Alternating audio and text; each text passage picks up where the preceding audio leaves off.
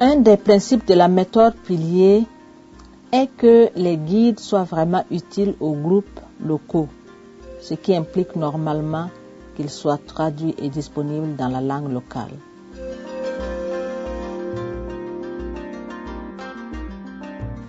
Cette traduction peut être entreprise par une organisation qui travaille avec plusieurs groupes locaux. La qualité, la précision et la pertinence sont essentielles. Traduire, vérifier et imprimer un guide pour qu'il soit largement utilisé demande beaucoup de travail. Mais si la traduction est mal faite ou pleine d'erreurs, les lecteurs seront rebutés. Tilfon a une liste pour une bonne traduction. Ne pas traduire mot à mot, mais des phrases et des expressions entières. Que le texte reste aussi court que possible. Ne jamais écrire pour impressionner. Choisir un vocabulaire clair et direct en évitant des termes techniques.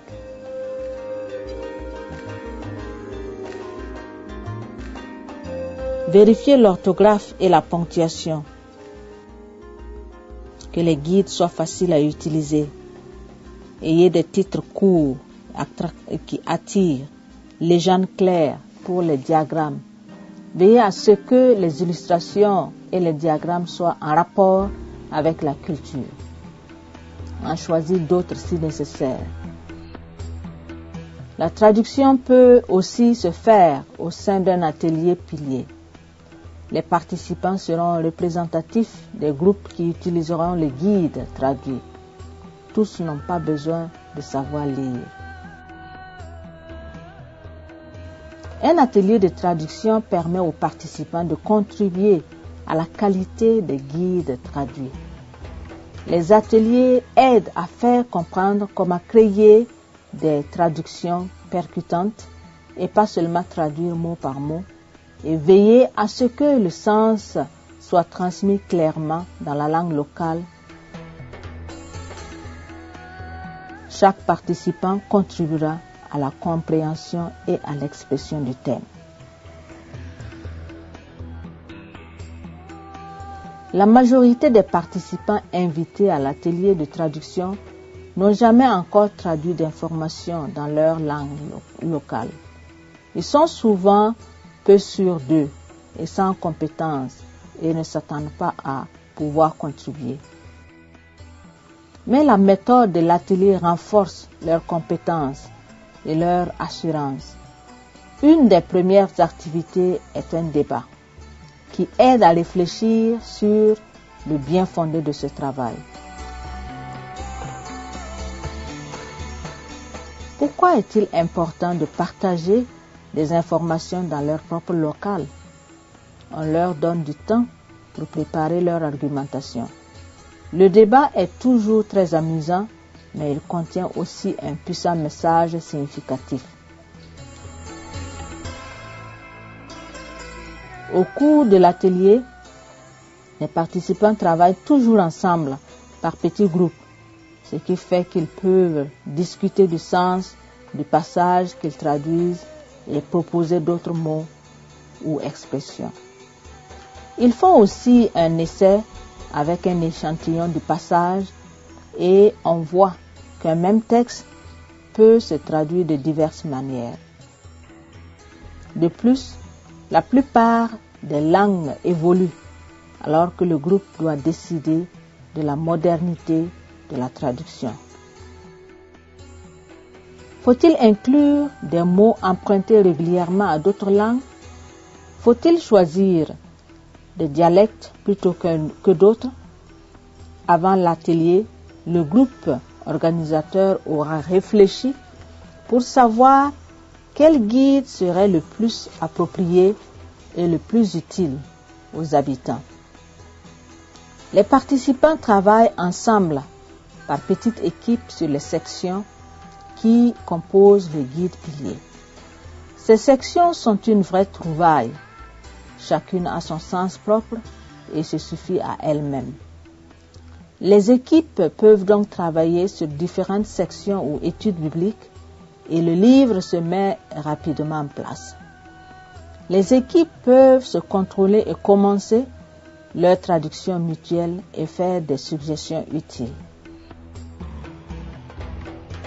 Au fur et à mesure que l'atelier avance, 2 ou 3 participants se retirent et forment un comité de rédaction.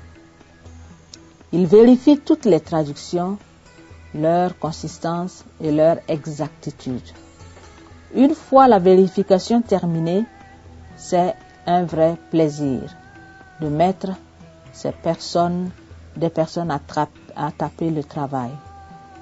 Il est aussi très important de vérifier les illustrations en plus de la traduction. Tearfund édite généralement au moins 2 séries d'illustrations, une pour les lecteurs africains, l'autre pour les lecteurs asiatiques, parfois aussi pour l'Amérique latine. Ces illustrations de remplacement sont sur le CD-ROM.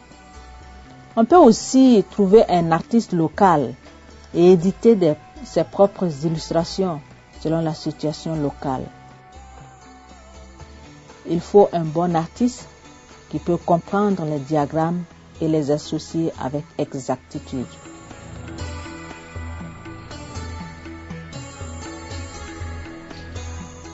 Uci Selma, au Brésil, était invitée à aider à conceptualiser des guides portugais. Elle a utilisé les guides et réalisé de nouvelles illustrations. Elle avoue être tombée amoureuse de la méthodologie de piliers. Elle a vu l'utilisation des guides piliers à Casa Fidelifia et a offert son aide comme facilitatrice. Elle voit la mise en pratique des piliers par des personnes qui partagent leur savoir, leur expérience et estiment leur culture. Il est si important de s'assurer que les traductions sont exactes et claires, que plusieurs vérifications sont faites, dont une après qu'elle soit tapée. Le guide terminé, il est possible de tester auprès des groupes types pour susciter leurs commentaires et leurs réactions. Puis une dernière révision est faite par 1 ou 2 personnes connaissant bien la langue et le thème. Toutes ces vérifications et ces révisions font que la version finale est exacte et claire. Faire des modifications une fois le guide finalisé et imprimé coûte très cher. La dernière étape est celle de l'impression. Une fois la traduction terminée et soigneusement vérifiée, le texte peut être simplement glissé sur la page appropriée fournie par le CD-ROM,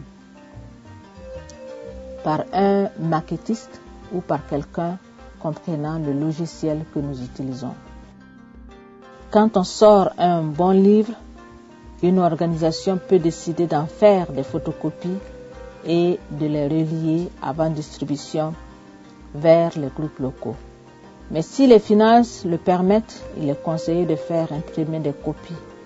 Elles présenteront mieux, seront plus résistantes et permettront de les distribuer ou de les vendre en gros à d'autres organisations.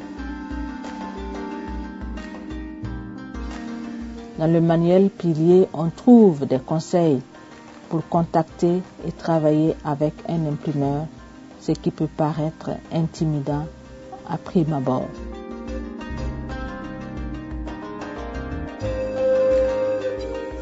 Par exemple, combien d'exemplaires faut-il faire imprimer?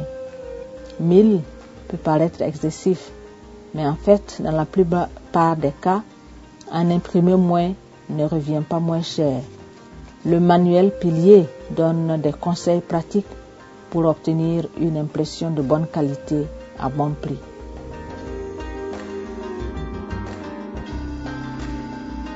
Il y a déjà un large éventail de traductions, de guides, et leur nombre est en constante augmentation, ainsi que le nombre de groupes qui les utilisent à bon escient dans leur communauté.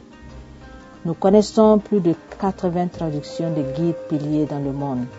Cela va des langues majeures comme le portugais, le hindi, le chinois, jusqu'aux langues de petits groupes comme le Kinyarwanda, le Zande et le Mon.